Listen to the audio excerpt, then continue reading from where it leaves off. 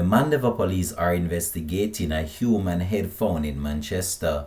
Hi again and welcome. This is Links 007 TV News Report, and we'll be right back with the full details. Welcome to Links 007 TV News Report, providing you with the best in local and international news updates. This is a place where you can get the most reliable and informative news information. Links 007 TV News Report. Welcome back and thanks for joining us. This is Links 007 TV News Report. The Manchester police are investigating the death of an unidentified man after his severed head was found in bushes in Mansfield in the parish yesterday. Reports from the Asia police indicate that at around 10:36 a.m., residents summoned law enforcement officers after dogs were seen reportedly eating the head. Upon arrival, officers found the head laying in bushes, a police statement said. The remains were removed to the morgue for further examination.